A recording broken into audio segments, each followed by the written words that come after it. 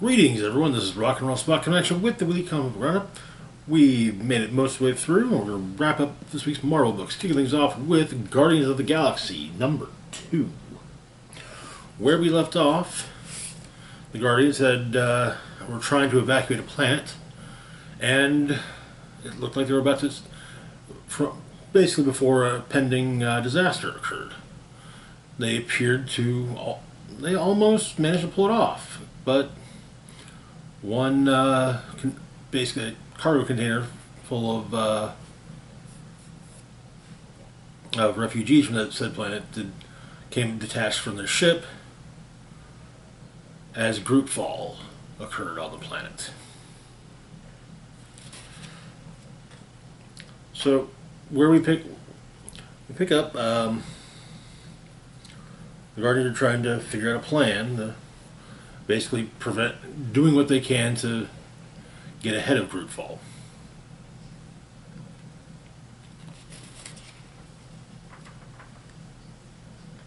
But they split up and they end up in the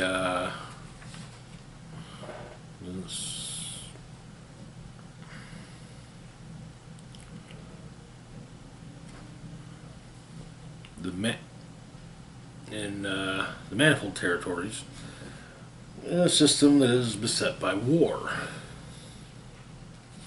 So the Guardians split up into two groups. Well, technically three, as Drax doesn't actually join in.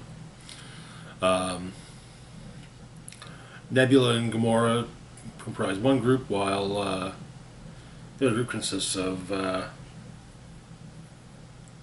Mantis and Star-Lord. Star-Lord goes to the Sectors United forward operating position, the fort.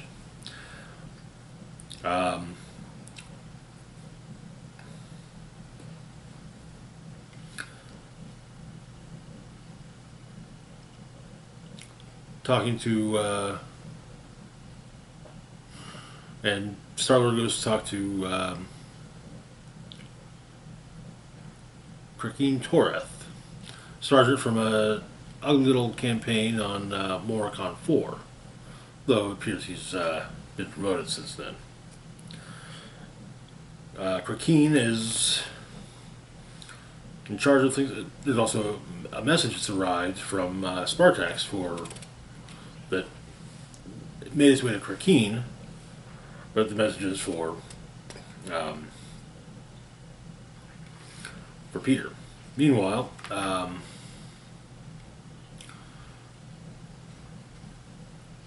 Mantis and Gamora are at the Whitecap forward entrenchment, with an unknown designation, trying to communicate with the Whitecaps, but, well, to no avail. That said, Nebula has a different plan from Peter's. Peter explains what's going on with group fall to Krakeen. And, well, yeah. And then Krakeen ends up attacking because, well, kind of hey, we need to evacuate everybody.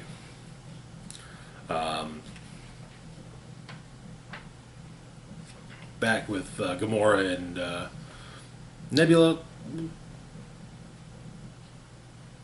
they choose violence.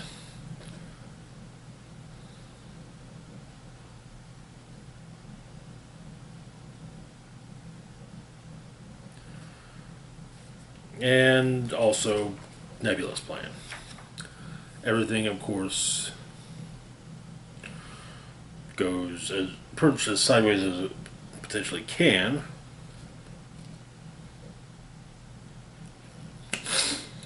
With Drax just kind of watching from an asteroid.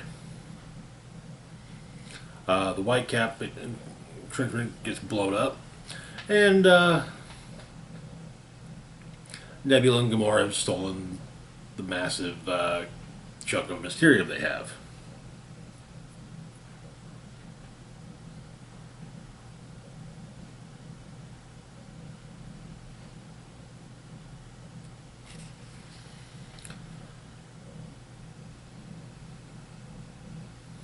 But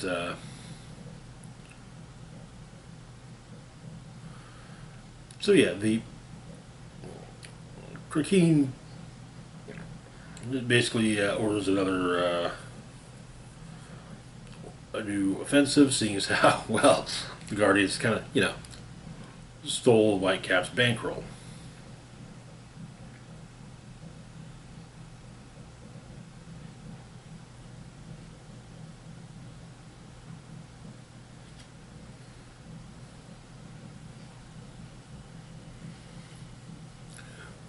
Drax points out to Peter that he keeps searching for nobility in a chaotic universe, but he'll only find his vulnerable eyes gouged out and left for the bone vultures.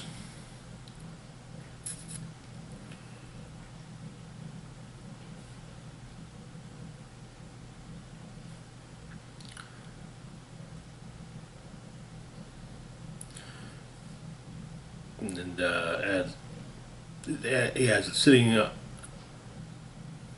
staring into a useless planet all day, found a place of calm, ringed by rubble, torn asunder by two things that have no business there, and that cannot abide the existence of the other.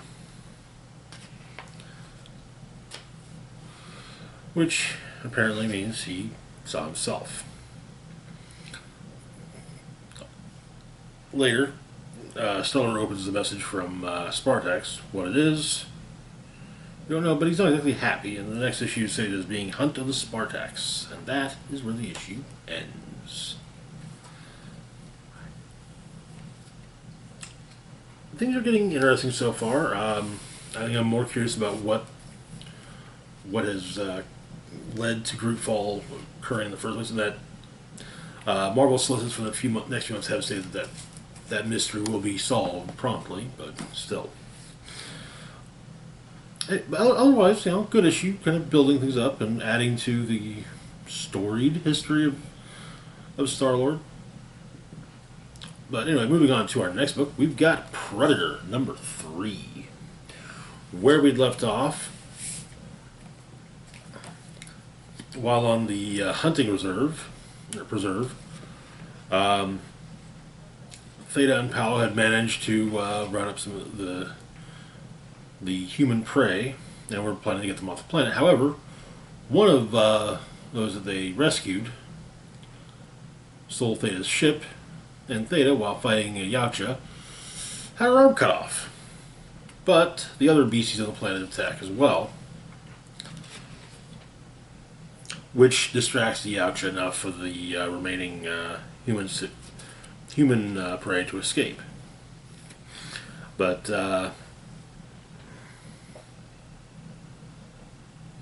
Kiyoshi, the person who stole the ship, is forced at gunpoint to land it.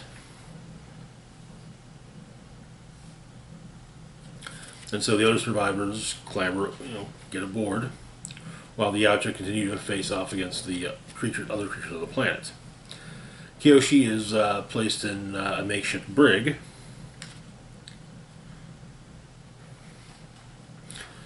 while Paolo is trying to do what he can to save Theta. Apparently, the medical suite on the ship is trying to make her a new arm, and so to see if her body will accept it.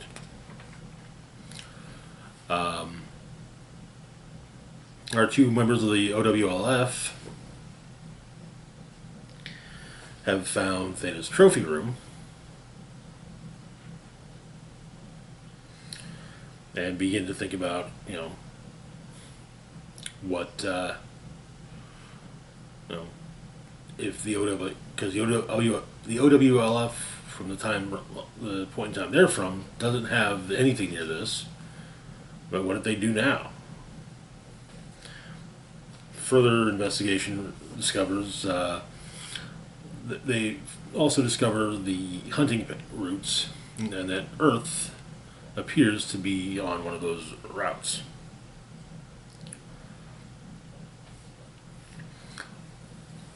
Paulo talks with some of the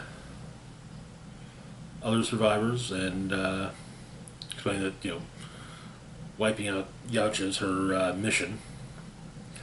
adding that finding everyone was, wasn't intentional.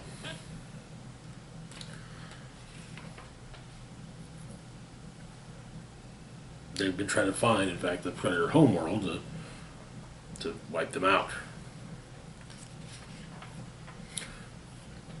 However, Kyoshi's freed by the two OWLF members who intend to take the ship to Earth. However, as they leave, one of the Yautja notes their departure and follows.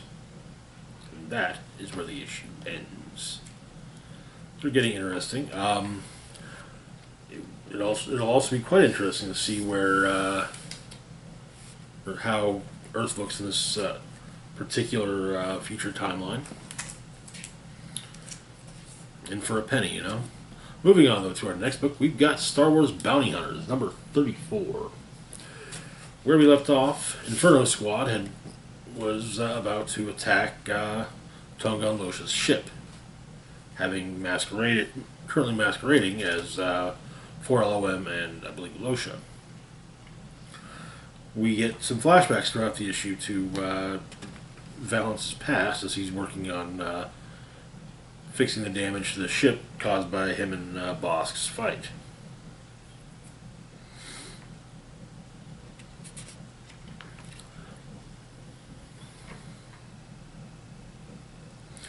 But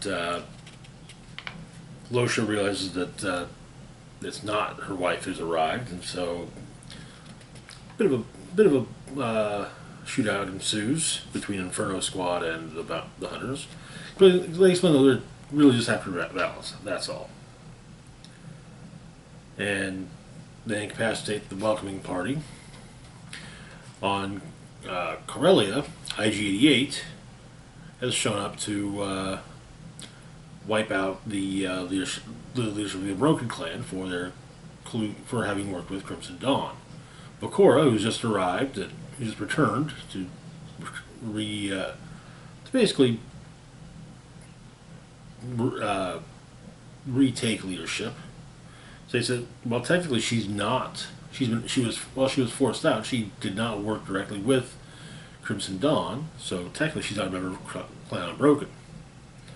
IG-88 thinks about this and realizes, yeah, that's right, and proceeds to wipe out the rest of the actual leadership.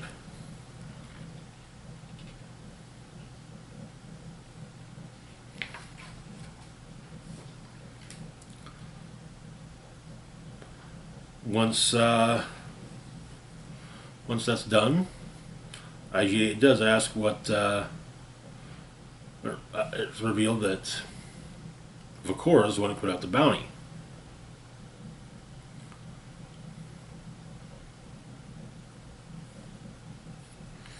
When asked what the bounty is, of course, paid, and when Vakora is asked what she gets out of it, she simply says, a fresh start. Inferno Squad makes their way aboard the ship, however, and Bosk and Valance attack them.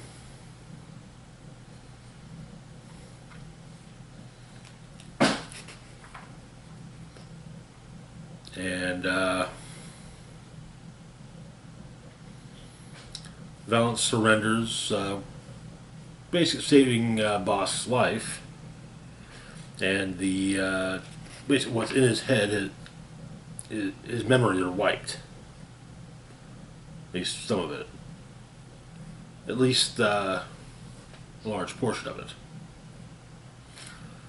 The Inferno Squad leaves, says that their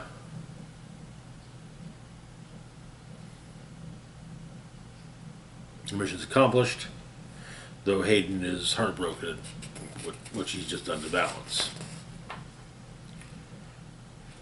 And Valance's memories of his childhood are already fading.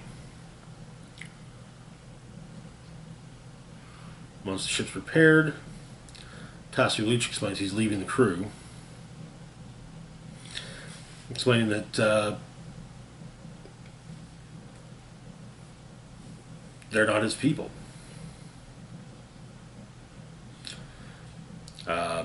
adding that when Dengar insulted his heritage, none of them stood up for him. The Narkanji assassins, they made him fight on behalf of one of the Pikes. They're his people. That's where he belongs. And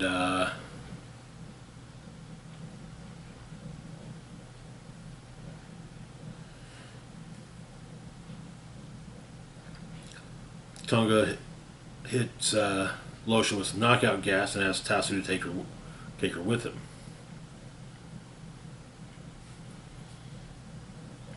Zuckus points out that Losha will be quite angry when she wakes up. And Toga says that, yeah, that may be so, but she'll also be safe. Which is something she's sure of, considering what they have to do next.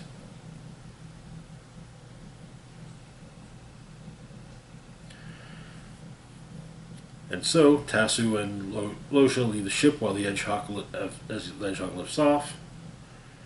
And we're teased with a new mission and an old enemy, Boba Fett, for the next issue. And that is where the issue ends. This was, I have to admit, I did not anticipate Inferno Squad succeeding in wiping Valance's memories. But I guess the idea is to maintain them as a threat for as long as possible. Otherwise, good story. Looking forward to seeing what brings Dengar and Boba Fett both into the fold in the next issue. Moving on, though, to our next book, we've got House of Slughter number 15. Where we left off,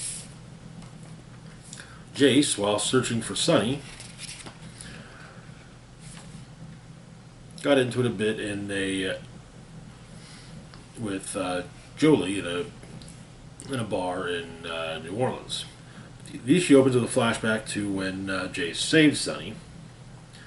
Apparently, a monster had attacked the school bus that Sunny was on. Sunny was rather broken up by the fact that he didn't do it, that Jace didn't save any of the others, and that Sunny himself couldn't.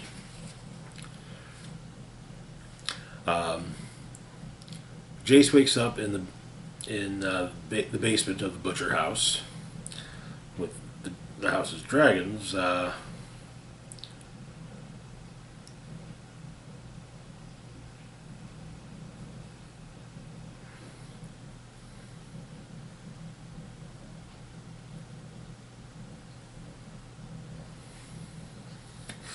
And Jace learns that of Aaron's death while being tortured by the dragons. Elsewhere, the House of Slughter is looking for the rest of the kids that Jace had saved, and Sunny is taken to the bayou for his baptism, as it were. During everything, Jace sees as a hallucination of Aaron's corpse talking to him. And the birds manage to free Jace, allowing him to arm up and go save his family from his old family. However, most of his new family has been caught by the White Mass of the House of Slughter.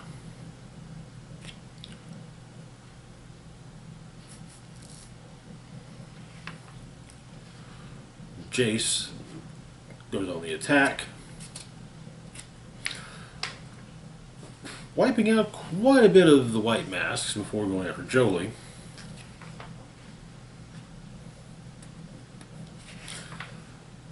Though Sunny makes it clear he's joining them.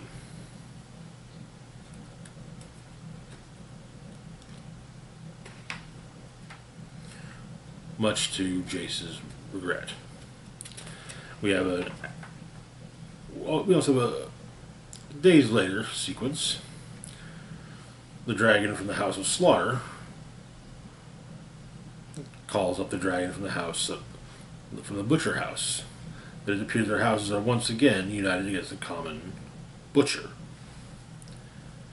And that is where the issue ends. On the one hand, I am somewhat surprised that Sonny ended up joining the butcher house, but at the same time, it tracks with kind of the tone of the series. So, otherwise, good story over. House of Slaughter's been a solid book from the first issue, so yeah. But anyway, that's going to do it for now. As always, feel free to like, share, and subscribe. Special thank you to Patreon patron Xander Lee. Thanks for your support.